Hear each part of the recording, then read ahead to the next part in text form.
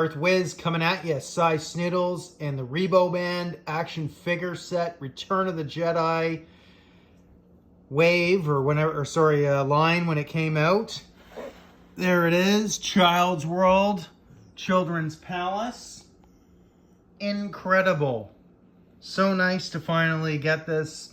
Had a chance to get this back in '87 at Oakville Place in Ontario. Unfortunately, I was able to get parents were with me, choose one, that's all you get. You know, they're selling them for $9.97 here. I wonder if that's the same store. I wouldn't be surprised. I thought this is a Canadian version, apparently. I think that's what it said. I got this from Fourth Moon Toys. The figures look awesome. You know, even by kind of today's standards, like they're still passable. So I wouldn't mind getting a set like this. I think there's the newer set. I'll check them out. I think that came out like 15 years ago. And then I think Power of the Force also did it. Power of the Force 2, that is.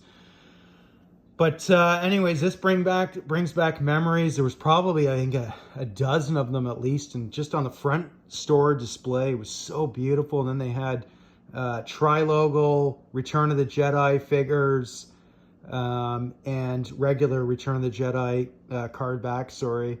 The figures that I remember seeing there was the Stormtrooper, which I glued in on.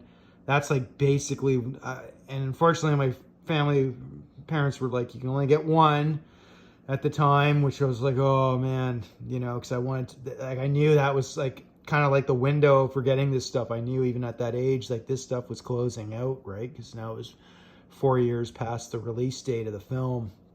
But anyways, they're like, oh, you can come back and get it in a month or whatever. But I was able to get one figure. I rode my bike down there unbeknownst to my parents, so I was able to save up a little bit of money, you know, my quarters and everything like that. So maybe I had maybe 10, 15 bucks. I forget exactly at the time, but I thought I could have picked up a couple pieces when I was there. I was hoping to get this piece. I definitely wanted the Ewok glider. I might have had a little more that I think I could have got like 2 or 3 big pieces.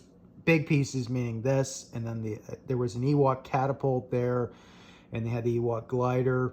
And then there might have been the speeder bike, but I already had that, so I wasn't concerned about picking that up again.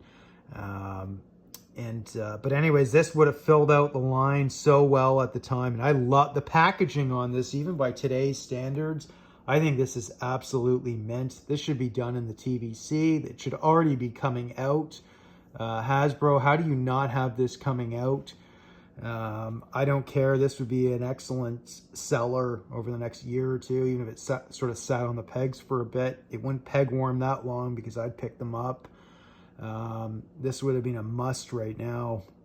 Hopefully they're coming out, but it's already 2024. Like, where are they? These figures should already be out in the Black Series. Like, what the hell are you guys doing?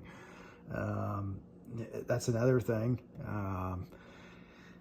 You know, I know since Return of the Jedi, and then when Star Wars started again in production in '95 with Power of the Force 2, I know they've come out with sets with them, but I don't think they looked as good. I think they did one around in the mid-2000s, I think.